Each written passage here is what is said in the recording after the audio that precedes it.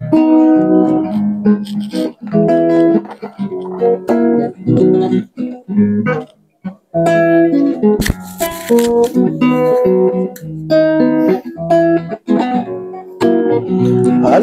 bebe sese chona dinamia, bebe sese beya jo. Alenya bebe sese vena dinamia, bebe sese beya gavaro. Nusiano plebe gamien. Chaque jour à son temps, qu'on vignerait, en bras, la bien louée. Foufoué, la bien louée. Dalvaé, la bien louée. Luciano, le gamin. Allez, n'avait ce sojourner dynamia. Nyaveve sesebe yaga jo. Ale nyadi jo poko vena dinanya. Nyadi jo poko vena yaga marura. Luciano plebe gameliera.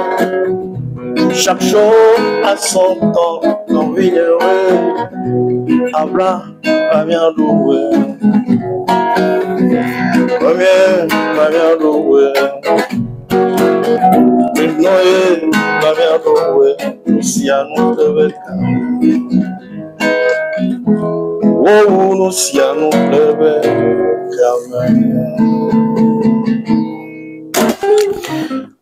Bonjour chers followers, nous sommes venus aujourd'hui à la rencontre de Don Stache, artiste, musicien que vous connaissez tous.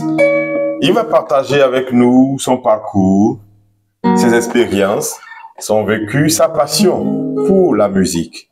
Don Stache, bonjour. Bonjour. Comment vous allez? Je vais très bien. Super bien.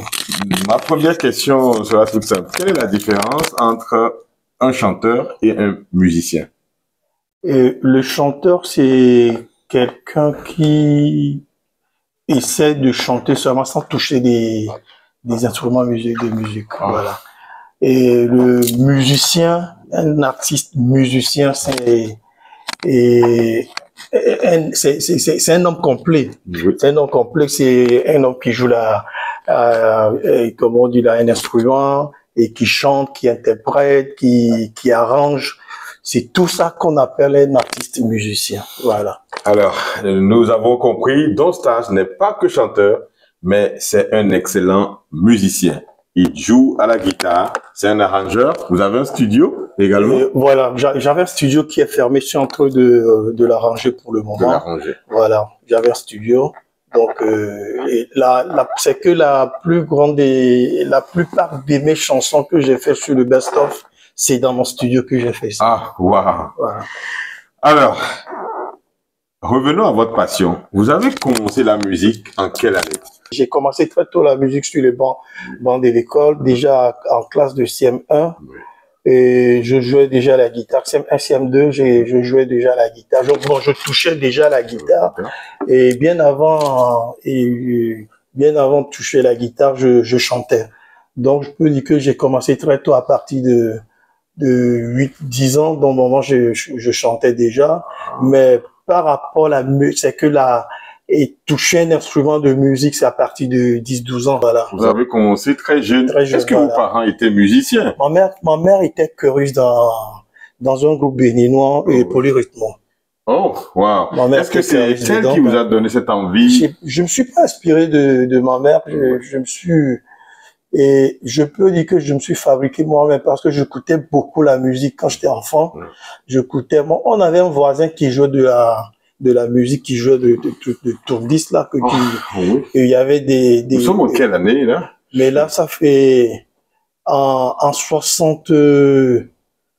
Oh là là. Avant 80. Avant 80, parce que moi, j'écoutais la musique de ce monsieur, parce que nous, on partait à l'école. Okay. Chaque matin, le monsieur jouait de Zigliwiti avec Jonas Pedro, avec d'autres personnes. Donc, c'est en ce moment que moi, j'ai acquis la musique. C'est en ce moment que je me suis dit, là, c'est c'est un truc que je dois faire, quoi. Que c'est un truc que je dois m'investir dedans. Donc, c'est en ce moment que j'ai pris la décision de devenir un chanteur. Parce que quand j'écoutais Don Williams avec certaines personnes, donc, je me suis dit, non, mais écoute, et il faut que je chante comme ces messieurs. Donc, ce virus vous a pris voilà, très petit, hein? Voilà. Tout petit. Là, j'ai déjà à 75, voilà, 75, 76, déjà, moi, j'étais déjà dans le bain de la musique, quoi. Avant qu'on continue, quel est votre secret? Vous parlez de 75, 75, mais vous paraissez 76, toujours jeune. Ouais, mais moi, je suis vieux, moi, Mais 75, moi, je n'étais pas encore né. J'ai plus que 50 ans. Moi, j'ai au-delà de 50 ans. Quel est votre secret? Le secret, c'est... Vous gardez toujours cette jeunesse, cette fraîcheur. Moi, le secret, je peux dire que c'est la musique et j'ai remarqué que la plus grande partie des musiciens, ceux qui font de la bonne musique, et qui prennent soin d'eux ne vieillissent pas vite. Moi, c'est ce que j'ai remarqué parce que la musique, je pense aussi que la musique, ça rajeunit l'homme. Okay. C'est qu'à chaque moment que vous donnez la joie aux autres, vous procurez cette joie aussi. Donc, je pense que quand on est tout le temps joyeux, et ça donne un peu de vitalité, ça donne aussi de quelque chose qui vous garde un peu jeune, quoi. Voilà. Il faut aussi manger bien, il faut bien manger. Bien manger aussi. Il faut bien manger, puis pas trop d'alcool, pas la cigarette, moi je fume pas. Oui. Et moi, j'aime l'alcool, mais pas trop. Mais quand même, je consomme légèrement. Vous avez une bonne hygiène de vie. Voilà, de vie, je mange bien, je mange beaucoup de légumes, je bois beaucoup d'eau, voilà, et je suis tout le temps quelque part en train de procurer de plaisir et puis partager des plaisirs avec les autres personnes. Je pense que c'est ça le secret même de ma jeunesse, quoi, de ce que j'ai gardé comme donc jeu, quoi, voilà. Vous avez parlé de bonne musique. Qu'est-ce que vous mettez dans bonne musique?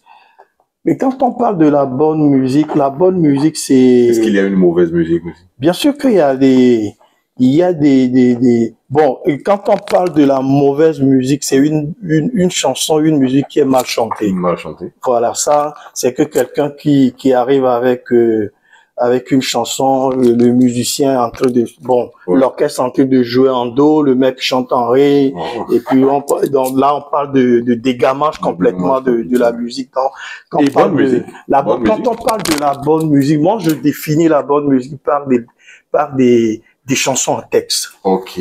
Quand vous écoutez des chansons en texte, des chansons qui racontent et des choses de la vie, qui donnent des conseils. Parce que moi, mon grand-père me disait que un chanteur, c'est pas quelqu'un qui arrive pour détruire la société. Le chanteur, il arrive pour refaire la société. Donc, quand refaire la société, ça veut dire quoi? Donner des conseils. Un chanteur, c'est un docteur, c'est un enseignant. Donc, mais quand tu arrives, tu dis tu es un chanteur et tu essaies de véhiculer certaines musiques et certains messages qui va à l'encontre de la société. Moi, j'appelle ça la mauvaise musique. La bonne musique, parfois c'est le mélange de la bonne mélodie et des textes qui va vers la rééducation de la société. Comme ce que nous avions écouté. Voilà. À l'entame de cette émission. Voilà, la rééducation de la société. Moi, je pense que c'est ça, on parle. Mais quand vous écoutez, souvent, moi, j'écoute beaucoup la musique française. La musique française, c'est que vous n'écoutez jamais du bêtise dedans. Pas de bêtises dans la musique française. Voilà. Mais parfois, quand tu écoutes aujourd'hui la musique américaine, on a le sentiment qu'aujourd'hui, il y a une musique qui est créée aujourd'hui que souvent les animateurs appellent la musique urbaine. Et aujourd'hui, la musique urbaine a refait la musique, ça a redonné une autre couleur moi j'appelle ça d'un peu de médiocrité de texte. Voilà, parce que souvent quand tu écoutes le rap américain, souvent il y a des rappeurs qui parlent des faits de la société. Mais la plupart d'autres folk machin d'autres, mais c'est pas. Mais aujourd'hui, la jeunesse a adopté cette musique-là et raconte comment on peut chanter jusqu'à aller dire le sexe, le machin dans des chansons. Moi, je pense que c'est, on parle de la dépravation, mais quand même, mais quand même, c'est, moi, j'appelle ça la mauvaise, c'est que la mauvaise musique, quoi. On va revenir sur le cas du Togo, mais retournons un peu en arrière. Don Stache. Oui. Ce nom, ça vient d'où? Le prénom, c'est Eustache. Votre nom à l'état civil, le nom à l'état civil, c'est la clé Eustache. Okay. Mais quand je suis arrivé à Abidjan en 96, en 96, je travaillais dans un endroit où le monsieur vendait des disques. Ok. Et j'étais un peu mi-musicien, mi-disc joker. Ok. Voilà. Donc, c'est ce monsieur, le propriétaire du magasin qui m'a donné ce nom, Stache. Mais comme lui m'appelle tout, moi, bon, lui, quand il arrive, il me dit Stache, Stache. Non, mais par contre, le nom, c'est Eustache. Ouais. Mais lui, il décompose ce nom-là et puis il m'appelle Stache. Quand il arrive, mais Monsieur Stache. Donc, le nom, mais j'ai gardé ce nom-là. Et après, je suis parti vérifier maintenant le nom. Le nom Stache en anglais, c'est l'amidon. L'amidon. Le pur blanc. Ok, le pur blanc. Hein. Voilà. D'accord. Voilà, l'amidon, c'est que le pur blanc. Oui, c'est pourquoi vous portez souvent le blanc. donc, quand j'ai revérifié maintenant ce nom, j'ai vu qu'en anglais, le nom, c'est l'amidon. L'amidon. Ah. Donc, c'est le blanc net, blanc. Quand tu regardes l'amidon, c'est net, quoi, voilà. Ouais. Donc, c'est le nom que ce monsieur m'a donné. Donc, j'ai dit, il faut que je garde ce nom. Quand j'ai vu la signification de ce nom, je dis, bon, je garde ce nom, donc je suis le pur blanc. Donc ça, c'est né à quelle année? Je suis bon, écoute, mais on peut pas dire ça. Je suis né vers 60. Oh là. Bon, moi, je suis au-delà de 50. Vous êtes né avant 1970? Bien sûr. Un vieux, la vieille? Bien sûr. Bien sûr. Je suis né avant 70, donc et je suis un vieux monsieur. Mais moi, je regarde pas le côté vieux, mais je suis très jeune. Oui, apparemment, vous êtes toujours jeune. Voilà. Quand je dis à des gens que j'ai plus de cinquantaine, les gens me disent non, c'est faux que peut-être à 40 ans, j'ai 45 ans. Je dis non, mais moi,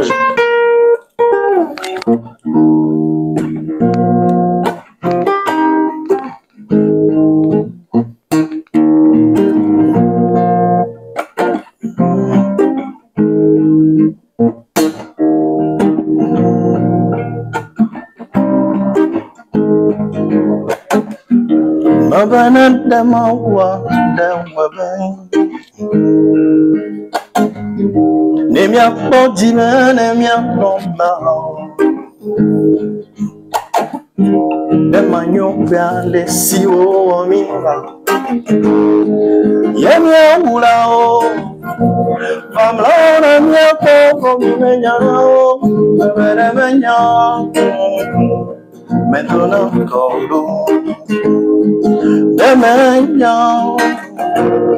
mais non encore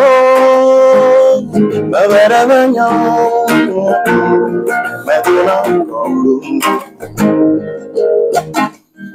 ma bana de ma wada ne mi akodi me ne mi akonda oh the manyo bale si o mima yeah mi alon la o patrozu na mi ora na na yo metona kolo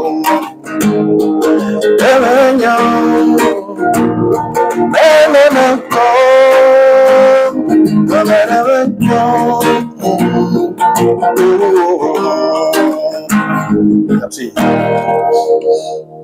Mère, vous avez touché à la guitare quand vous aviez 8 ans, 9 ans. Cette première guitare, vous l'aviez eue comment? J'avais pas la guitare, j'avais pas eu une guitare en ce moment, mais j'avais un grand frère qui avait une guitare et un patron que je peux dire parce que je suis devenu son apprenti après. Et ce monsieur, c'est un artiste peintre et qui avait son atelier sur rue Gertou. Donc, moi, je partais chez lui comme il jouait la guitare chaque soir juste à côté des frères Tipozo. Donc, moi, je partais tout le temps et à aller à l'écouter, quoi. Ouais. Donc, ce monsieur m'a donné le goût. c'est que le goût de la guitare, au fait, pas dans la musique, mais de la guitare. Donc, chaque soir, moi, je partais l'écouter. Et bon, je suis devenu son disciple, et son disciple, son petit frère. Donc, et quand j'arrive au moment que lui travaillait, moi, je prenais la guitare, même je jouais pas, mais quand même, je touchais un peu la guitare. Donc, un jour, il m'a demandé si je veux apprendre la guitare. Je dis, bien sûr que je vais apprendre. Et l'art, c'est que l'art, la peinture avec la musique. Mais comme j'aimais beaucoup la musique, donc je me suis lancé dans la musique. Donc, il me donnait des cours. Il me donnait des notes des accords, des accords dont moi je m'entraînais, je partais, le lendemain je revenais. Donc ça devient un peu une école, quoi. Que je venais apprendre beaucoup de choses. Donc vous avez commencé à jouer de la guitare avant d'aller vers la chanson?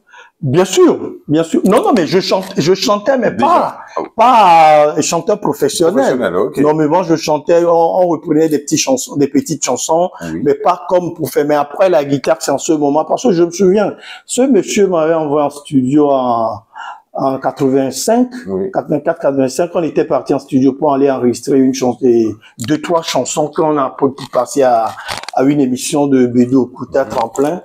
Et donc, c'est en ce moment, parce que la chanson, j'avais écrit cette chanson Christiana, parce que mon maître aussi écrivait des chansons, donc, il m'a donné le courage d'écrire ma première chanson qui était Christiana.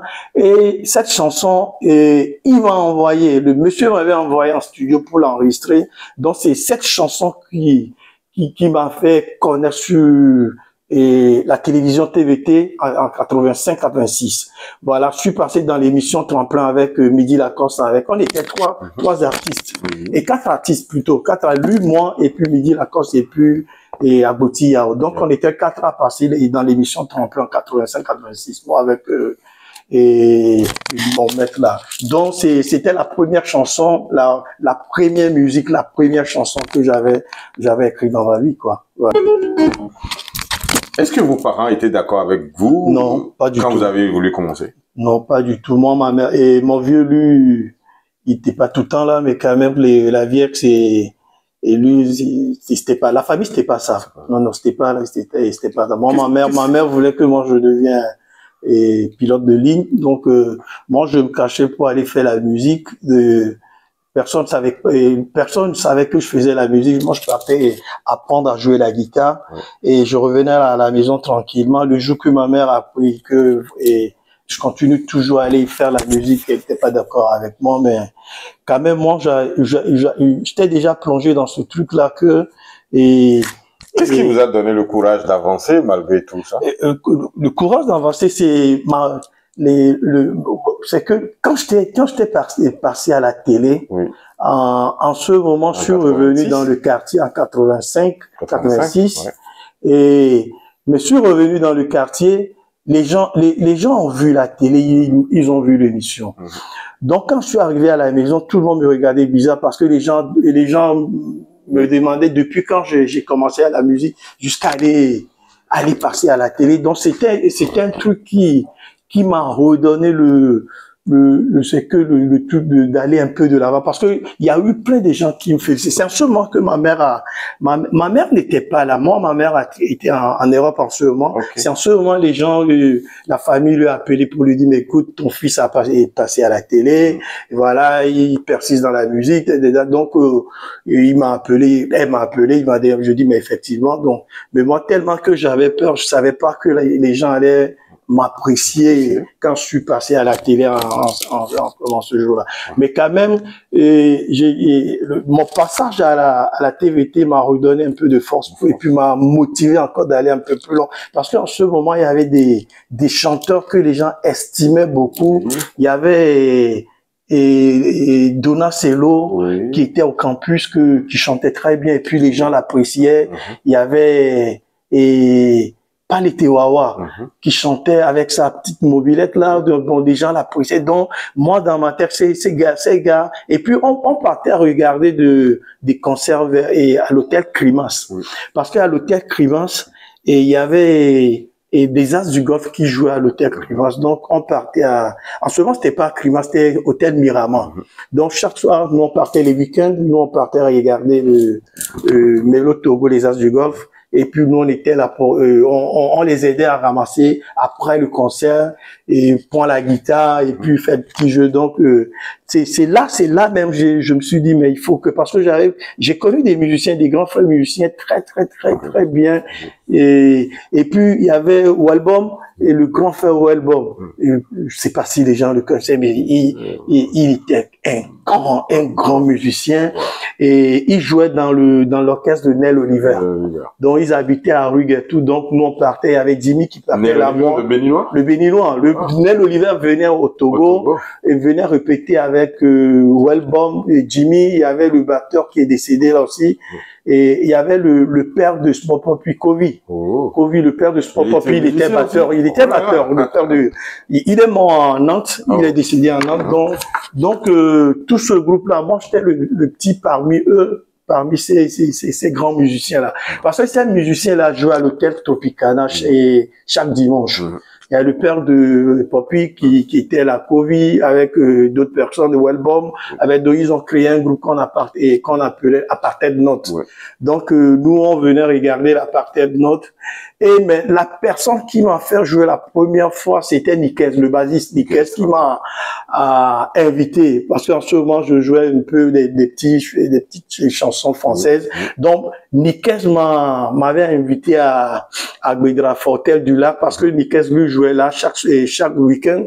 Donc, il a dit, petit frère, viens, on va partir. C'était votre première. C'était, voilà, donc, et Nikes m'a dit, viens, on va partir. On était parti à l'hôtel Le Lac. Lui, il animait des réceptions. Donc, et il m'a donné l'occasion de jouer 2 chansons ce jour-là. Donc, voilà, c'est parti.